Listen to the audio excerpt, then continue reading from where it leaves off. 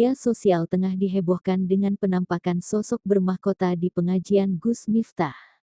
Sosok penampakan itu muncul saat Gus Miftah menggelar pengajian di Pondok Pesantren Nurul Qodiri, Lampung Tengah.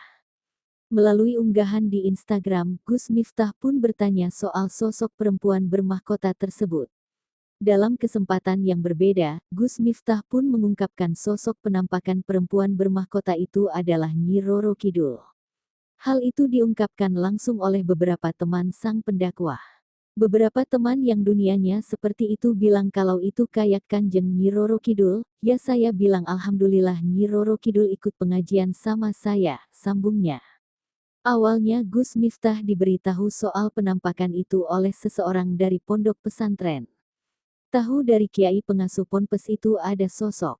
Lah saya bongso, seperti klinik itu nggak begitu ngeh lah, saya orangnya rasional, ujar Gus Miftah. Di Lampung tanggal 15 malam. Itu rame di Lampung geger. Itu yang ngerekam anak kecil makanya videonya goyang, lanjutnya.